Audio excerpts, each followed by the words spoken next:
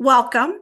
My name is Karen Poplawski, and I am the Chief Programs Officer for Responsive Classroom, which means I just get the honor and privilege to work alongside some amazing educators who just continuously think about how the responsive classroom approach can touch and reach educators in schools across both in the States and outside the United States, kind of globally, we work with educators.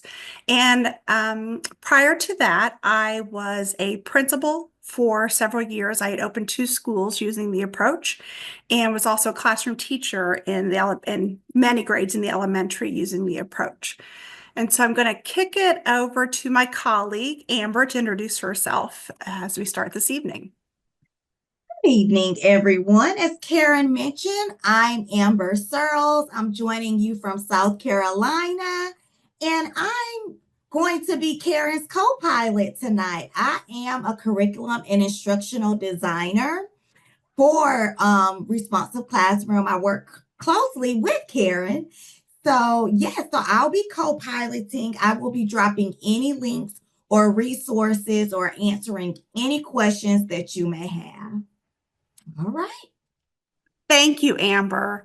And I guess I always forget to mention this accolade, but I'm also, in addition to being the Chief Programs Officer and working with Responsive Classroom, I've been with the Center for Responsive Schools, which is the parent company, for almost 12 years now. And I've had the honor and privilege to be the author of the fourth edition. So in my role tonight, I'm joining you both from the programs department, but also as the author, and had the privilege to take this book into its now fourth publication. And so with that, we're going to go ahead and get started this evening. As you're joining us, I want to welcome you, and I want to just have you sit for a minute and think about morning meeting and what it means to you. Obviously, as the author of the book, and I have a fondness to it. It was a practice that was near and dear to my heart, and you're going to hear a lot about that tonight, how I've seen it impact educators. But as we come into this time this evening, I want you to take a minute to drop in the chat where you're joining us from, and on a scale of 1 to 10, 1 being the lowest and 10 the highest, how crucial is the morning meeting to a successful start to your school day? So just go ahead and drop that into the chat.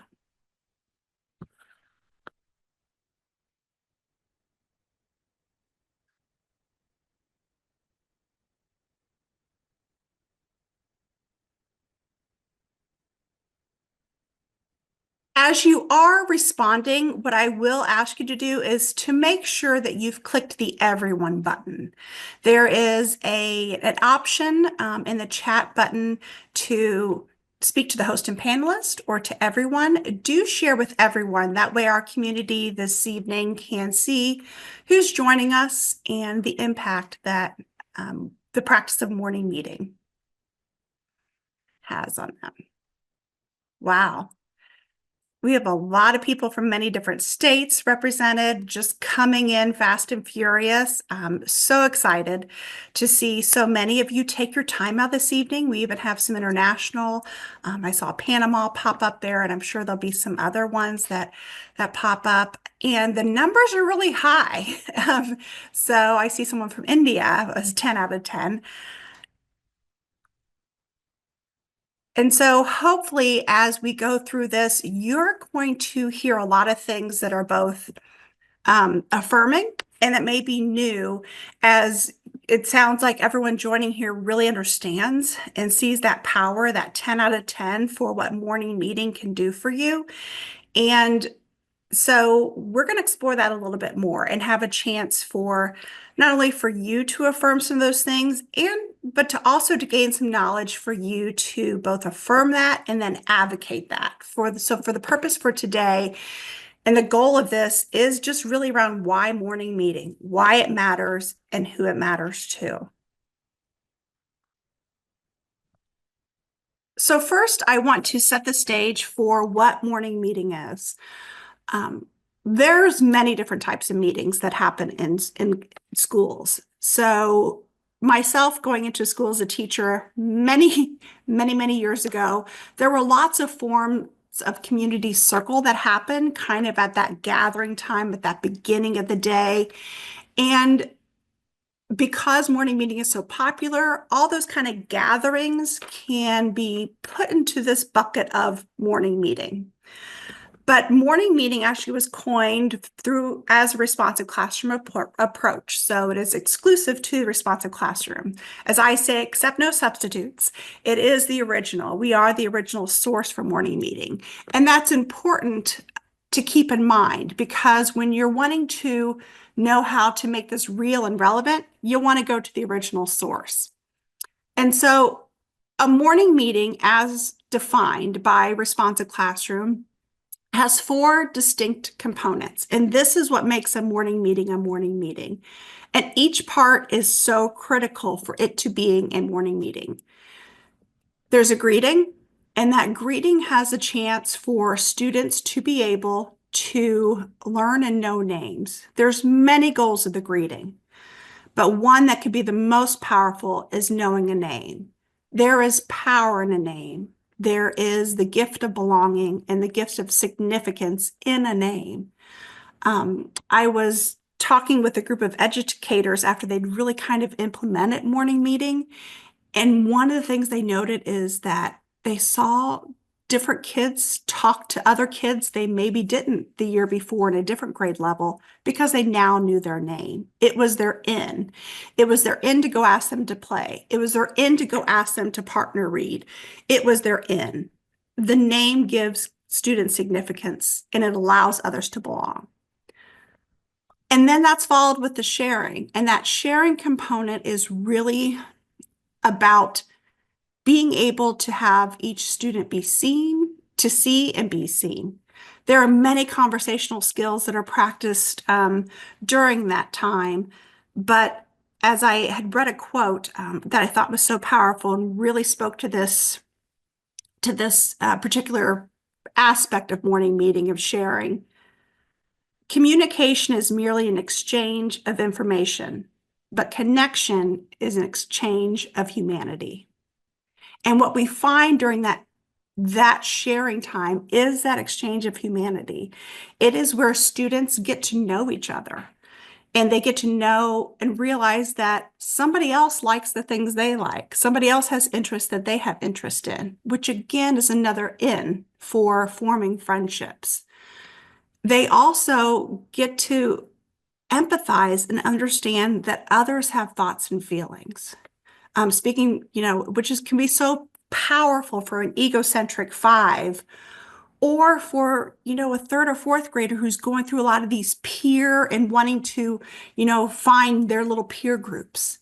It can be critical for all to have these connections and understand that others have thoughts and feelings and how they can respect those thoughts and feelings. They connect with them on that human level during that share. And that's the power of that, in addition to the communication skills that they can learn and the speaking and listening skills that they can learn. It's next followed by an activity, which again, there are many goals that can be academic, but really it is about having the class come together collectively, collaboratively, in a safe, non-threatening way to accomplish something, to play a game, to find joy with each other, to sing a song, to work through a riddle, to just have that chance to have fun and kind of laugh and learn that, today we're going to have some things that are going to go great and there's going to be some mistakes, but we're going to take it with that. And learning how to handle those mistakes and mishaps during that activity when you're playing a game and maybe you don't catch the ball or maybe you forget who goes next. It's an easy way to know that we're all going to take care of each other today when these things happen. And then finally, the critical part of a message. And that message is really important because if you think about the ebb and flow, we've greeted each other, we're sharing, we have this high activity, and then let's come down and let's get excited about what's happening for the day. And again, there's many goals to the message, but that's an important part of it is that they're getting this landing spot to go into their day. And how it's done. So how morning meeting is done in a responsive classroom looks different. So again, there's lots of places where you can see greeting ideas, sharing, activity, messages, but there's a particular piece about how it's done that helps it be what it's supposed to be. And it's important to remember that. One, there's something posted for students as they arrive. So that message is posted and it's posted there for them to interact with, which can be as simple as tally marks or as be thinking about this. We're going to talk about it when we gather and read our message today. But they're coming in and it's there to welcome them and to let them know where their day is going and guiding them through that. There's also a signal to start the meeting. In responsive classroom, many of you may be familiar with the chime. If you're not, it's a powerful, beautiful, wonderful thing that is able to ring the chime, signal the start of the meeting. And the beauty of the chime is that it has this lingering sound that allows you to give that wait time for students to respond. But it's always started with a signal and a calm gathering in a circle. So in a responsive classroom morning meeting, students do gather in a circle. And while you don't need to get your large protractor out and get it in a perfect circle, you do want to think about how you're gathering and creating spaces for students to see each other. And that can look in many different ways. It can look with students standing around the perimeter of the room or in larger classrooms with a dedicated space where everyone can come together. The importance is that there's power in that circle and everyone seeing each other and everyone being equal in that space. And another thing that makes the morning meeting responsive classroom unique is that you come empty-handed. And that is so critical because it is about sharing that time and space with others, not a show and tell, which can be about what people have or don't have. While there are times that students may bring work projects or they may share a special thing they've done, it's less about that and more about them being able to listen and respond without things. And another thing that makes it unique is that you do all 4 parts in order. And so you do go through the sequence of them. So why it matters. Morning meeting has been impacting schools for decades. Responsive classroom, is almost going on its 45th year. It's a perennial approach. By perennial, it means it's something that has stood the test of time. And it is something that it stood that test of time because it's good for children. It's good for teachers. It's good for communities. And we're going to talk a little bit about that impact on teachers. And as we go through these things, I am going to just let you know that I'm going to share a little bit about some anecdotal pieces of ways it's impacted teachers I've worked with, impacted me as a teacher, students, etc. I also am going to want to hear from you. Do know that we are going to have some time to really talk about some of the research and what the research says and what some studies have said about the impact of morning meeting. And so as we talk about this, we're going to start first with just really putting yourself in the place of what it means for a teacher. And some of you may resonate, or it may resonate with you as I kind of share how it impacted myself as a teacher and other teachers I worked with. I came into responsive classroom through morning meeting, and many people do. And so even as I have practitioners who will talk to me about responsive classroom, I'll say, get the morning meeting book. If you have a colleague who's down that hall and wants to know what you're doing in your room and why your kids can go where they go and you have this well-run oiled machine, start with the morning meeting book. It's an in for people to really know what it means like to build this thing. And so for me as a teacher, wow, what it did for me was it allowed me to start my day and launch my day in such a positive way. Whether there was traffic, whether I was stuck at the coffee line, whether I just was running late, or whether I had a last minute phone call I had to take with somebody, with a parent, or the copy machine line was long, whatever it was, when I kind of got into that day, or even if my day had run really smoothly and the start into the day took a note, I knew I had that time. I knew that I had that space where I could pause, bring us all together, and intentionally launch the day. I could be the captain of that ship for the day because I had that time. I had that space to set the tone and how we were going to be. And sometimes just taking a deep breath and sitting in that circle with the students was what I needed and changed the whole course of the day. And fast forward to years later when I opened a school. I opened a school from the ground up. We took students from many different places, trying to put them all in one building. And it was hard because we were trying to figure out who we were going to be. We were trying to figure out expectations for students. We were trying to help them figure out how we were going to live and work in this place together. And it was a real struggle. But I remember mid-year, we were trying to do so much. And we kind of sat and said, okay, what do we need to scale back? How do we scale back, and what do we put our attention on? And how do we really focus that? And the thing that unanimously every single teacher said is keep morning meeting. If there is one thing that has to stay in that keep pile, it is morning meeting. It is the thing that's going to launch us and allow us to be successful. So I'm going to pause right there because that's my story. And part of this is connecting to an RC, to a larger community.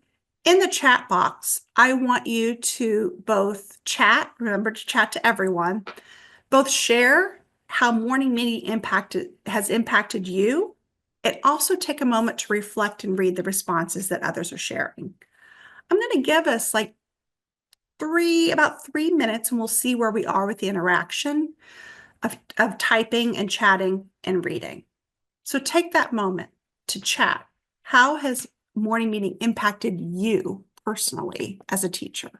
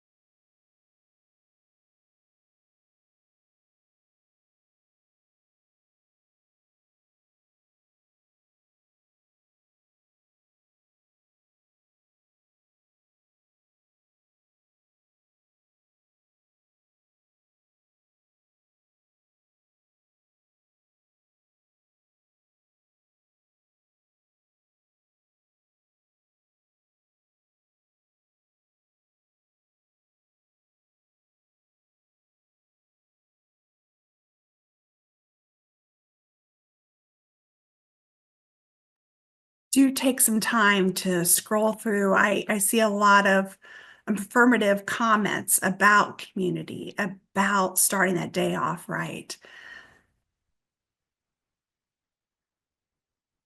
and that notion of being able to relax, set the tone. You know, we're some of the best modelers of self-regulation, and so us being able to take that moment to regulate.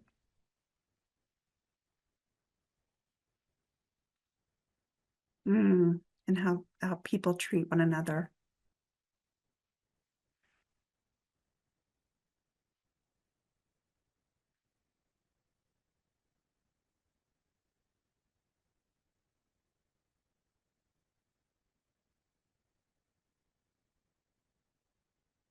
Such powerful statements. The specialist joining in. I will say that in both of my schools, it was the adults' favorite time. All the adults went into a room during morning meeting, and it was just such a great way to start our day. And it's like that old notion when you see somebody in a different place, when you're out at the grocery store and they don't know that you shop at the grocery store either. Well, even in classrooms, if you come into your classroom, they're going to tell you later that they saw you in morning meeting. So it does kind of impact that whole community.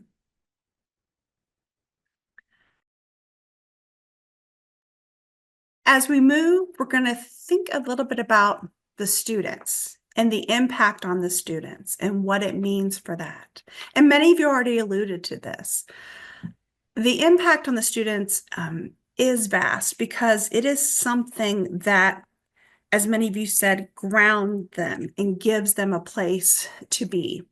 There's an interesting story shared by a superintendent from South Carolina who shared that he was at a school visiting, and this story is more detailed in the morning meeting book in the fourth edition. He was at a school visiting, and a group of students saw him there and asked to speak with him so he could talk to the bus driver about the bus being late because they were missing morning meeting and they weren't really happy about it. And they knew that he had some authority to do something about it. He was so moved by that. Like, what's this morning meeting that kids are coming to advocate? And you know what it is? It's because kids are advocating for what is one of their basic needs, which is to belong and be significant. That's why morning meeting speaks to kids. And that's why it's something that's palpable when you come into a building and you can see that, as you said, that just changes the classroom dynamic. Along that same note, I will share, that story resonated with me because I saw that power as a principal. I had a student who was historically late and was tardy all the time. And as we think about, levels of tardy and absenteeism that are happening in schools right now, this story, I was reminded of that we had a student who was always tardy, and the teacher had invited the parent to come in. As part of their conversation, just, can you come in? I want you to see what they're missing, because the student was having struggles with making connections with other students. He was having issues at recess or during work time. And when the parent had come in and saw what was happening at that meeting, she shared with the teacher, I didn't know that he was missing this, and he's being left out. And it was so clear and apparent how special that time was and what it gave to students, to that parent, that it changed. It changed some things. And I was fortunate that time to have a family coordinator, and she took steps to talk with the family coordinator about how, what they could do to really get to school on time.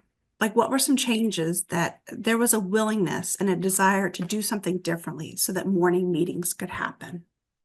And I will say now more than ever, that's critical. In in the morning meeting book, there is this section that has really been put in there in this fourth edition. It really talks about the importance of connection in this day and age. And there was a source that stated the single best predictor of healthy emotional interactions is a lot of face-to-face communications, which is also the best way to learn emotions and develop human contact skills. But human connection is down and the amount of screen time is up. And the amount of time that parents who are so busy with so many other things that are happening are getting to actually pause, sit, and connect with students is sometimes as little as 5 hours a week.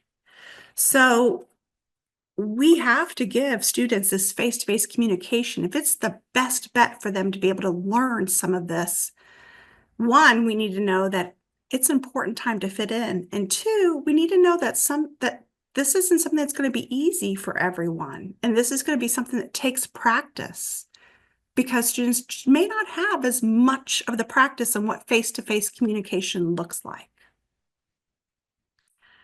And so as I've shared some of the impact on students, I want you to just take a minute in the chat to share a story or share a way you've seen morning meeting impact a particular student, or it could be your class. But how have you seen morning meeting make a difference to students? And in this example, try to be specific so that people can pick up some specific examples. So again, we'll take about 3 minutes for that sharing in the chat.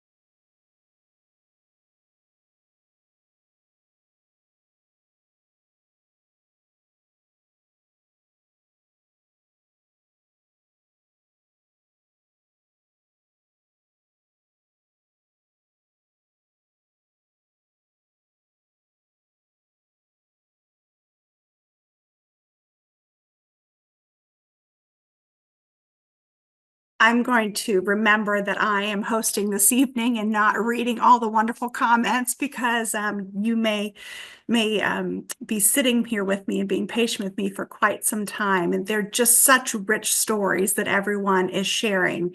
And it's just great. So please take some time to both share and read some of these rich examples. And I'll give it's just another about 1 or 2 minutes for you to skim and scan.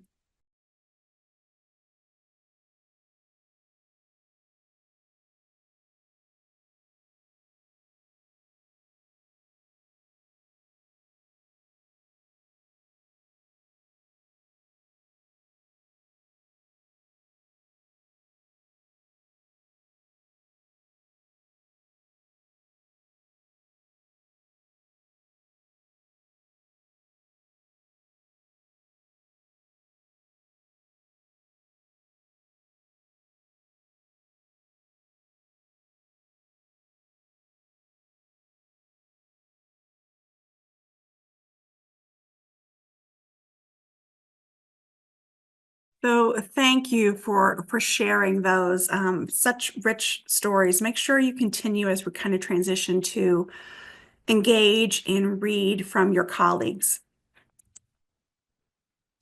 And lastly, we're going to talk about the impact on the overall school community. Both from myself and from educators I still work with, morning meeting doesn't just impact the classroom. It impacts how students in the whole school work. And one of the great things about this 4th edition that we'll talk about is it goes into that power community and how to extend that beyond the classroom walls through a school-wide meeting. And so as you build these communities within the classroom, how powerful that is to take to a whole community and what that means. In my second school I opened, at the last day of school, we had students who didn't want to go home for the summer, and we had teachers who were sad the school year ends. And I remember a parent saying to me, "This is the most bizarre thing I've ever seen." In a good way, she said it, because she had just never seen anything like that, to where a community was so happy to be together and work so hard together that they were a little sad that they weren't going to see everyone. They were going to see some of their friends, but they weren't going to see everyone. And just that power of really connecting to a place. I had the privilege of connecting with some students who 15 years later, after from the first school where I was a principal, and it shocked me that the thing that they remember the most was the fun things they did in morning meeting. They didn't call it morning meeting. They were like, that thing we did in the morning every day, morning meeting. And they brought up examples of, remember, we used to go to the gym and we would do these games together, morning meeting. They remembered that, and they remembered the joy of having it. And they also talked about what it was like when people who had transitioned didn't keep that going. They had felt something special and they wanted that something special, and they realized it was something that made us unique.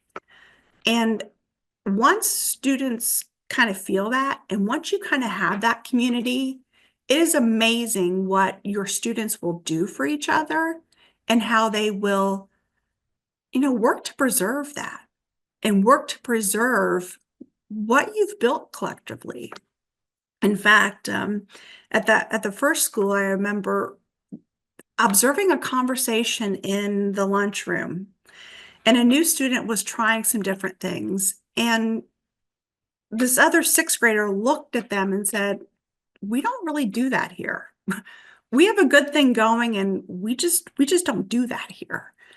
And it shocked me, but they were so protective of what they had built and the community they had established. And I attribute that a lot to that power of not just the meetings in the classrooms, but the school-wide meeting, that we all understood. The first graders understood that sixth graders were working with them. They understood we were all working towards something collectively as a whole. It allowed us to, we talk about school pride, and there's tons of research about school pride that actually gets unpacked in the new chapter in the fourth edition. That's how you build school pride. You got to have something to be proud of, and building that community in that way matters. And so I want you to take a moment to drop in the chat any examples you might have, examples of how you've seen it build community, or maybe you're not there yet. Maybe it's happened in the classrooms and you've not done it as school-wide.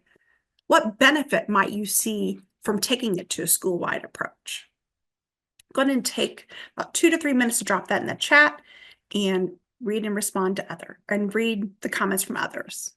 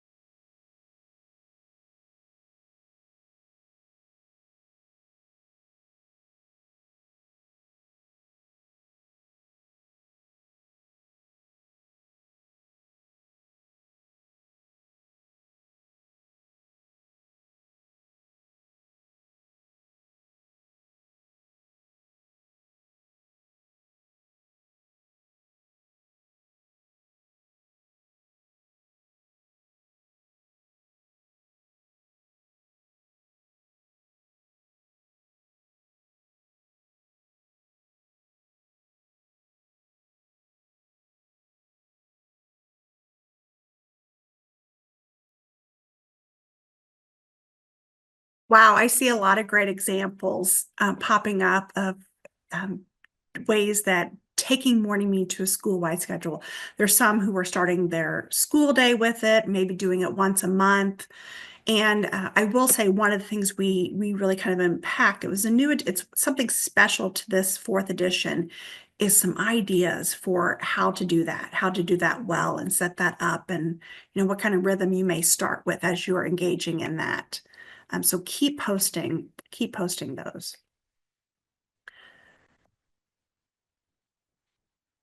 So, someone had also asked about recording. So just, this will be recorded. And so definitely have it something to share with others who you may be trying to, expand your impact on their understanding of morning meeting and why it's important, why we take this time during the day. And you can share this research nugget, which is also on our website. There was actually a 2022 research study that was done. It was done on many aspects of responsive classroom, but particularly with morning meeting, it was noted that morning meeting contribute to a sense of community, strengthen conversational skills, and developed in the development of meaningful relationships. So all the things you've kind of been stating, there's been a study that's really backed that it has had the impact on these things. And we know that it does contribute to this. And we know many of these things are precursors for success in schools, being a part of the community, and having meaningful relationships and strong conversational skills. So in addition to all the great anecdotal pieces that we've all shared, we have that research to really back that it does have some impact on what we're saying.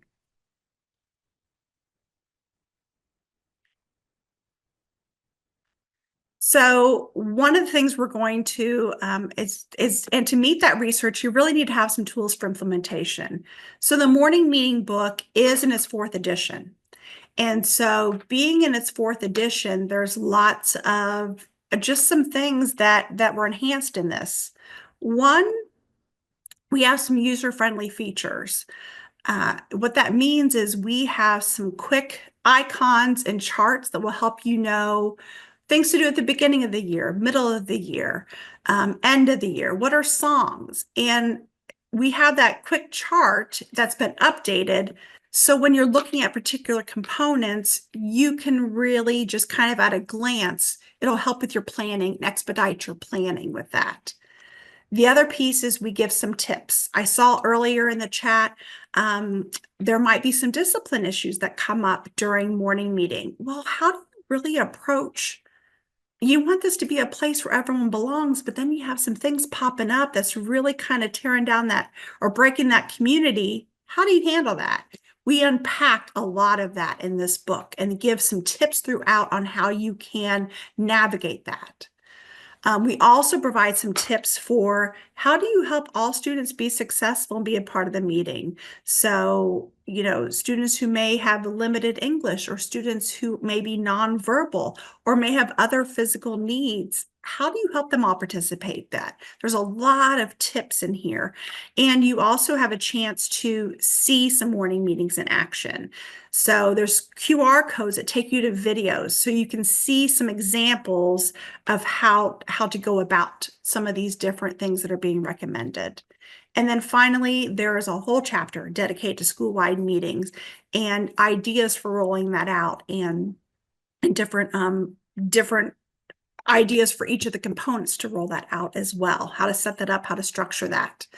So we, are very proud, and I was very thrilled to be able to author this fourth edition because it means so much to me, and also to be able to share just from my own experiences, but from working with educators through my work at the center, to be able to really think about how do we help educators really make sure morning meetings powerful in their classroom. If you don't personally have a copy of the new, morning meeting book, or if a colleague doesn't personally have a copy, it's something I highly recommend. If there's administrators on here, I highly recommend being able to get a book for everyone. It is a core book that really should be sitting in every teacher's classroom, and every teacher should have the updated piece of that, so you have the latest and can all be moving in that same place. One thing to note is that we do have great bulk discounts on our website. So this is the time to get because teacher appreciation is coming up. Maybe you've got a very generous PTA who would love to get books in everyone's hands, or you can put it on your teacher wish list for that teacher appreciation week. What we are running a special that anyone who does order bulk orders know that we're also going to throw in a discount on our Avenue A line. So you can set this great context and morning meeting, and then our Avenue A line, which are children's books geared at the different competencies, can just catapult and dovetail with the great work you do in morning meeting. But if you don't have a copy of this is also a great time because you can, this is a great sit on your front porch and go through and kind of get the ideas and get drill down into it. Because even those surface level morning meetings kind of make an impact. To get the kind of impact we're talking about, you kind of want to dig deeper into each of these things. And we are going to spend some time on this next webinar to actually do that. So for part 2, we're going to come back with us, celebrate with us Teacher Appreciation Week. If you can get somebody to get a book in your hands, it's even the better because we're going to dig in.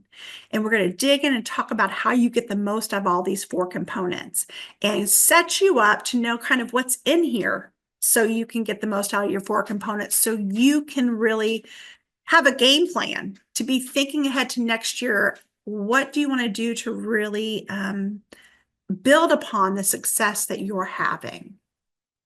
And so with that, I want to, thank you for your time and taking your time here with us tonight to really share your story, share your enthusiasm. And as we send out this recorded webinar, share with your colleagues and share with others what you've learned and your excitement to get a copy in your hands, and share with them ways that they can get that copy in their hands so they can be making the most for students. So with that, I want to thank you, and I'm going to yield back the rest of the evening for you so you can hopefully spend that time doing something good for yourself. And thank you for all you do. Thank you for everything you do for students and making differences in their lives. It was a pleasure spending this time with you, and thank you for being so active in the chat. Have a good evening.